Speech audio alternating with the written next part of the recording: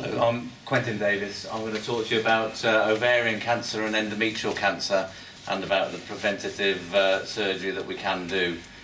I'm a gynaeoncology surgeon, so I spend most of my time dealing with cancers, with gynecological cancers. I deal with ovarian cancers, so I have to warn you that potentially my advice might be sort of skewed a bit by my principal workload. I'm going to tell you a little bit about each of about these two cancers, about which families might be at high risk, about potential preventative measures, and then a bit about preventative surgery. Ovarian cancer, there are about 7,000 cases a year diagnosed in the UK, and over 4,000 deaths. So it's the fifth commonest cancer in women in the UK. The lifetime risk for all women is about 1 in 54.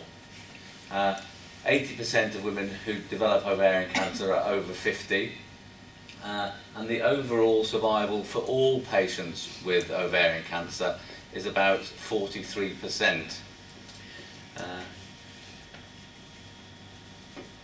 Unfortunately, the symptoms of ovarian cancer are vague and non-specific. The early symptoms are lower abdominal pain and a feeling of abdominal bloating. These are symptoms that are caused by a lot of different conditions, so they're not very specific to ovarian cancer. So unfortunately, the majority of ovarian cancers present at quite a late stage.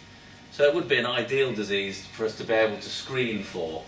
This demonstrates this is the total number of cases. This is the stage of the disease. So stage 1 is the earliest stage, which is very curable, which has a very high, has a 92% 5-year survival.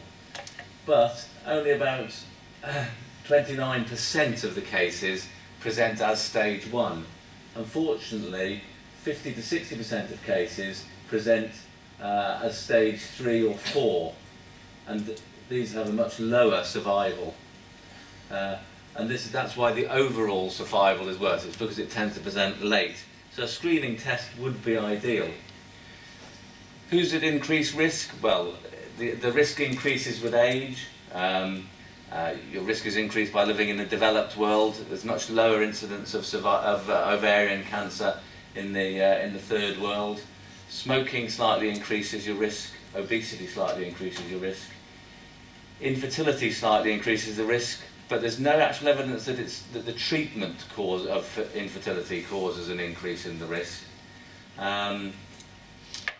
Patients with endometriosis may be at a slightly increased risk, and women with previous cancers, for instance breast cancer, are at an increased risk. There's a small group of patients in whom there's a family history that puts them at increased risk. 90%, I have to stress, 90% of ovarian cancers are not genetically inherited, as far as we can tell. Those that are genetically inherited are because of genetic mutations. The common ones that occur are a thing called BRCA1 and BRCA2, which are also associated with breast cancer, and the MSH gene mutation, which is associated with bowel cancer, ovarian cancer and endometrial cancer.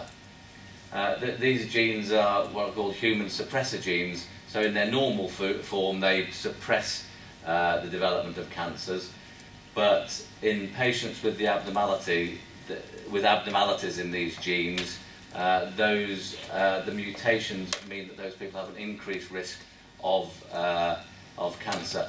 And for BRCA1 and BRCA2 patients, or women, the risk of ovarian cancer may be between 15 and 40% over their whole lifetime.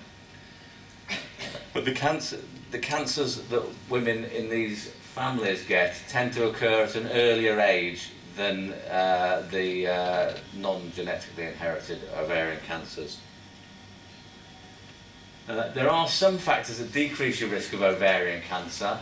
Having used the oral contraceptive pill reduces your risk, and every extra 5 years of being on the pill does reduce your risk of ovarian cancer further. So that is a potential preventative method, but it does obviously have other risks that have to be taken into consideration.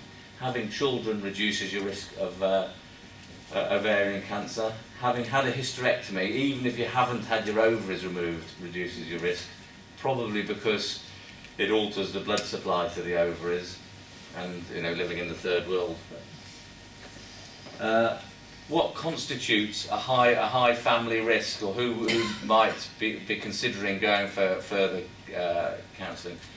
We would say if you have two close relatives with ovarian cancer, by close relative meaning mother, sister, daughter, or if you have one close relative with ovarian cancer and one relative under 50 with breast cancer, if you have one relative with ovarian cancer and two with breast cancer, or three close relatives with bowel and uterine cancer and one with ovarian cancer.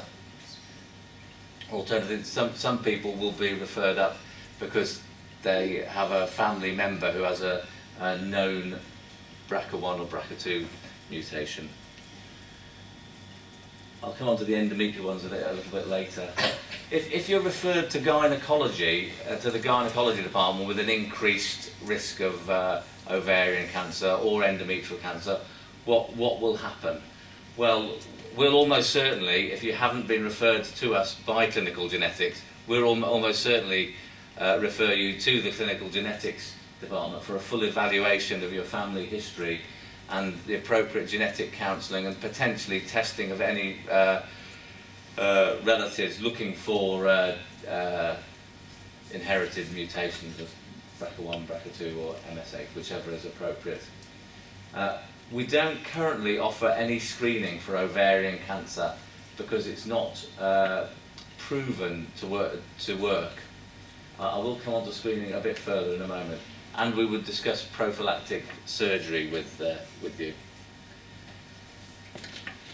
The things that we have attempted to use in screening in ovarian cancer are the CA125 blood test, the ultrasound scanning, and combinations of those two. But as yet, individually, they have a poor sensitivity and specificity. So neither of them picks up all ovarian cancers. The CA125 only rises in 60% of ovarian cancers. And from the point of view of a poor specificity, that means if you do those tests, you pick up a lot of abnormal results in people who haven't got ovarian cancer. So there's a potential for subjecting people who don't have ovarian cancer to significant further interventions that may have risks if you end up doing laparoscopies or operations to remove the ovaries on people who don't actually have ovarian cancer. So there's a potential for, depending on what combination of tests, there's a potential of quite a high number of potentially unnecessary operations. When they originally used scanning as a screening test, they were doing as many as 20 operations to find one person who had ovarian cancer. There are two screening trials going on at the moment that are in progress. One is screening for patients from high-risk families, consistent with the history that I mentioned earlier. The initial results from that were using annual CA125 blood tests and an ultrasound scanning annually. And the initial results certainly didn't show a significant benefit for that screening. They then run a second part where they do more frequent CA125 blood tests, but the results are not available for that, the results to see for the outcomes. But at the moment, the advice from the people running that study is that we shouldn't screen people in high-risk families. The other study that is going on is a population screening, so not in high-risk families, but a population screening for women over 50. And this is going on in 11 centres in the country, comparing MMS, which is multimodality screening, that's screening using serial CA125s and ultrasound scans, with scanning on its own or no screening. And obviously the results of that are not available yet, that's ongoing. It's important to remember, though, that not every woman from a high-risk family will carry the BRCA1 or 2. Not every cancer in such families is as a result of the gene mutation, and not every woman with BRCA1 and BRCA2 will get cancer. Risk-reducing surgery. This is what, as a gynaecologist, this is what we offer. Removing the tubes in the ovary and the ovaries in people at high risk will reduce their risk of getting ovarian-type cancers by about 90%. This can either be done as a laparoscopic removal of the tubes in the ovaries, or it can be done as an open procedure where you have a cut in your tummy. I'll run through the details of that a little bit more in a moment. Or it can be done as a laparoscopic, so keyhole removal of the ovaries and the womb. In making a decision about whether or not people wish to have surgery, the important things to consider are that person's age and their fertility wishes, their risk factors for surgery. Some people are at increased risk of complications compared with others if they have surgery. If people have had multiple previous abdominal surgeries or have other conditions that may make the risks of surgery higher. The other thing to be considered is the breast cancer risk, which works in a number of ways. In some breast cancers, the risk is reduced by removing the risk of recurrence is reduced by removing ovaries. But one does have to remember, if you remove the ovaries, you will be rendered menopausal and will get menopausal symptoms. But if you have a risk of breast cancer, you're going to be recommended not to have HRT for treatment for those symptoms.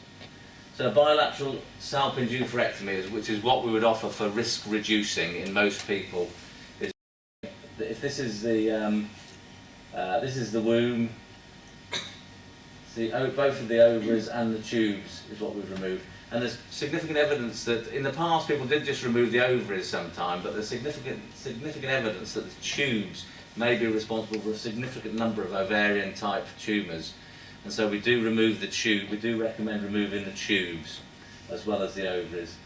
This is the view we get when we're doing the operation. These are the sort of instruments we use to divide the blood vessels.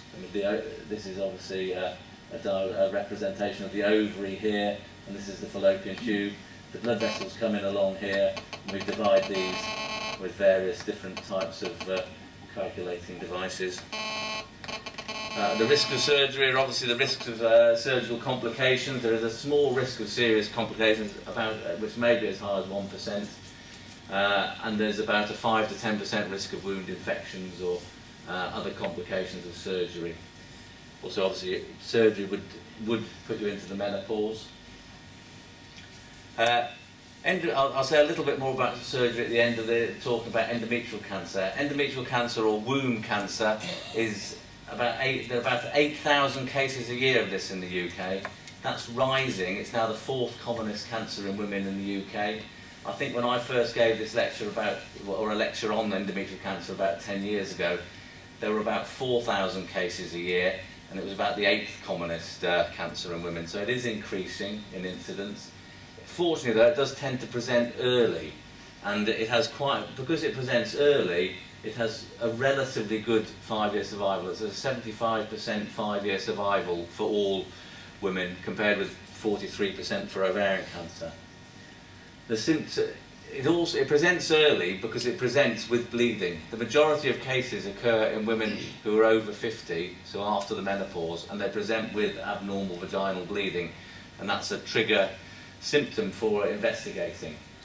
A smaller percentage occur in women who have not reached the menopause, and they may present with irregular bleeding or heavy periods, but that's far rarer, and occasionally with a vaginal discharge or abnormal vaginal discharge. The majority, 95% of women over 50 years old, some of the increase in incidence is due to increase in weight. If you're overweight, you have 2 to 3 times the risk of endometrial cancer. If you're severely obese, you have 6 times the risk, of endometrial cancer. You have 6 times the risk if you have severe obesity. having no children slightly increases your risk. Endometrial hyperplasia, which is a thickening of the lining of the womb, can predispose you to endometrial cancer. Women with polycystic ovary syndrome have an increased risk of endometrial cancer, especially if they have no periods at all for many years. So we would treat women with polycystic ovary syndrome if they're not having periods with progestogens to give them periods and protect the endometrium.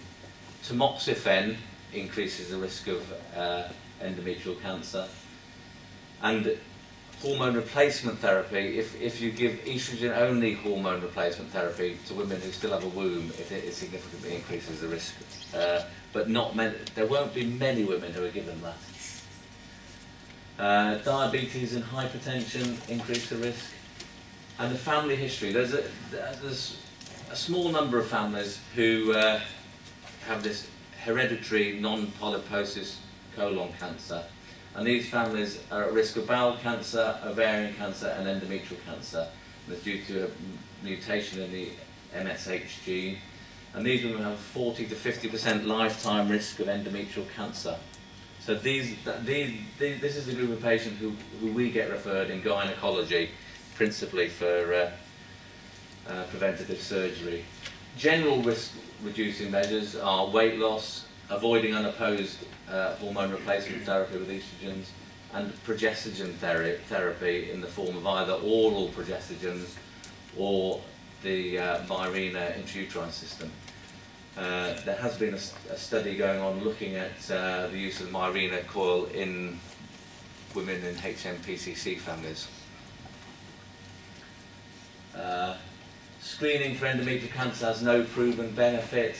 The tools that can be used for diagnosis or screening for endometrial cancer are transvaginal ultrasound to look at the endometrial thickness. Now that's not a diagnostic test, it's just a screening tool to see whether the endometrium is thickened or normal. There's a Propel endometrial sampling or a hysteroscopy. Propel endometrial sampling and hysteroscopy can be done in an outpatient setting. This is a Propel endometrial sampler. It's about 2 millimeters thick, and it's passed through the cervical os into the womb in order to get a sampling of the lining of the womb. Sorry, I'll move back.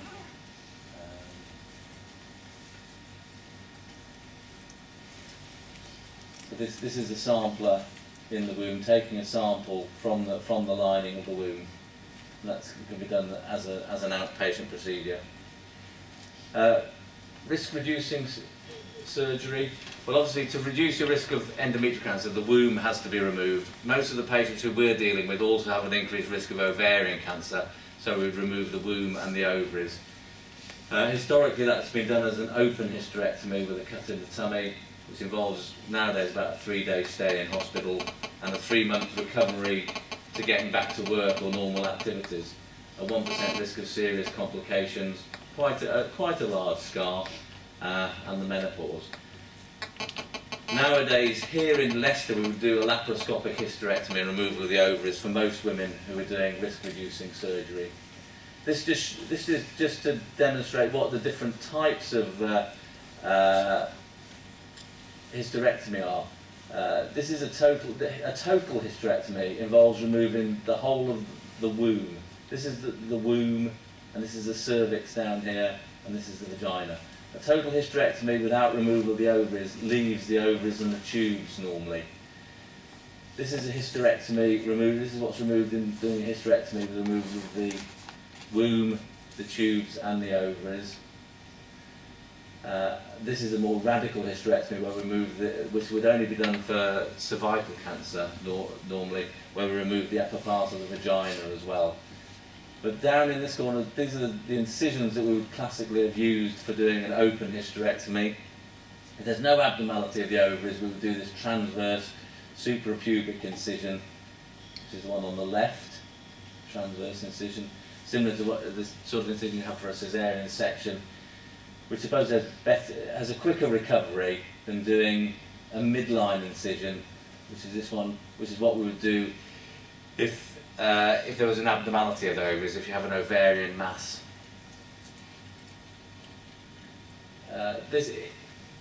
You have, for doing a laparoscopic hysterectomy, we do normally three incisions. One that's about 1 centimetre in size, that's just under the umbilicus, and that's for putting a camera in to be able to observe what you're doing. And then 2 more 5mm incisions to put in the instruments to do the operation. So you normally have 3 or sometimes 4 little cuts in your tummy. The womb and the ovaries are removed through the vagina when we do that. The advantage of doing it laparoscopically is it has a shorter hospital stay, normally 1 night. Some people are in a bit longer. Some people can potentially go home the same day. A much quicker recovery and getting back to normal activity. People can be back at work between 2 and 4 weeks after having a laparoscopic hysterectomy. There's less blood loss than an open procedure and smaller scars. But it is it's as effective as an operation in removing the womb and the ovaries. There is a small risk. There is a small risk of not being able to perform it as keyhole surgery. So there's a small risk of going in to have it done as keyhole surgery and having coming out with a bigger scar than you originally hoped to have.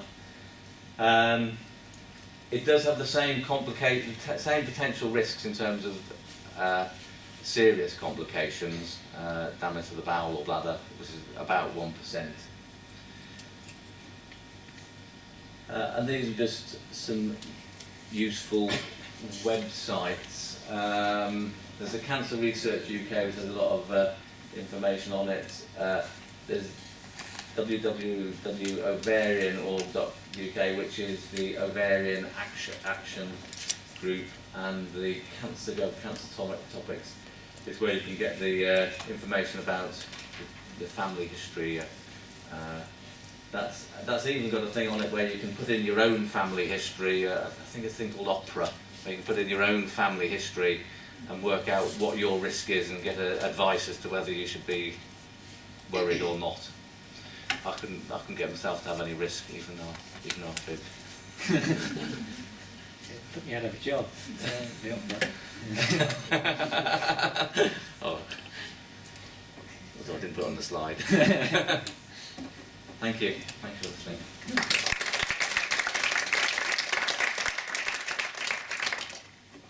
Any questions? There's a couple of things that I'd like to add. One is about ovarian cancer genetics. We know that down at the Institute of Cancer Research at Royal Marsden, they are trying to develop technology where they'll be able to look at a number of different genes that have been implicated in ovarian cancer. So it may be very soon that you'll be able to have not just a BRCA1 or BRCA2 or the MSH2 or MSH6 genes Mr. Davies talked about, but maybe able to look at genes which have a slightly increased risk of ovarian or breast cancer as well. So what we call the lower penetrance genes. The genes we've concentrated on today are associated with very high risks of breast or ovarian or bowel, but some genes which maybe have a 2, 4, 5, 10% risk of ovarian cancer. It's possible, likely in the next few years, that we'll be able to look for those as well in women who have been diagnosed with ovarian cancer to work out if their tumour is inherited. One issue about HRT under the age of 50, certainly for women over the age of 50, there's good evidence that breast cancer risk starts to rise in the general population, particularly over 55. For women going through a surgical menopause, what we generally say at the moment is if you're over the age of 50, if it's possible to try and live without HRT in that context, if you're having surgery, fine. Under the age of 50, a low dose HRT, there is some evidence that it's probably not going to be a major risk factor. So for some of the women under the age of 50 who are having surgery, HRT is still an option, but I suspect there'll be more data in years to come. A couple more things about the NICE guidance. We know that there may well be more genetic testing available. People like Wendy have been campaigning very hard to try and increase the amount of genetic testing.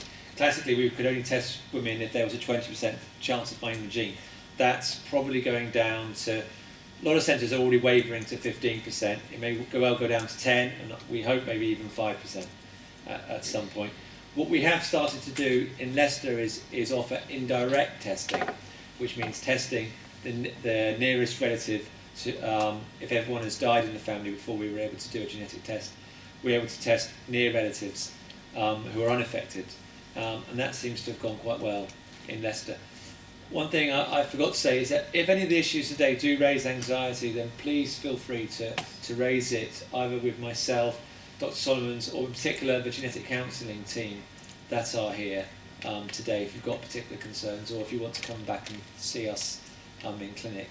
And obviously if you've got particular concerns about preventative surgery, then it's a good opportunity to have a word with the surgeons here today as well. Brilliant. Anybody else had anything they wanted to ask Mr. Davies or Ms. Fadisidiou? The removal of the ovaries, I've had that done. Why is the risk only reduced to 90% if you haven't got your ovaries? Why is there still a 10% risk? Well, because ovarian cancer is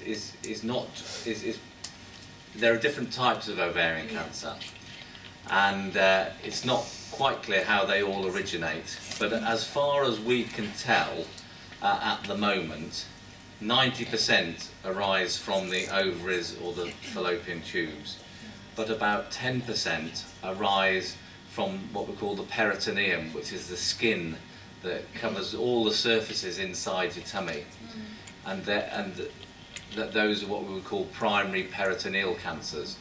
Now, whilst they may not strictly be speaking ovarian cancers, they tend to be treated in the same way, and it's not always apparent which are which, if you see what I mean, because peritoneal cancers affect the ovaries and ovarian cancers affect the peritoneum. So sorting out where they've originated, but as far as we can tell, 10% probably don't originate from the ovaries or the tubes. Fantastic. So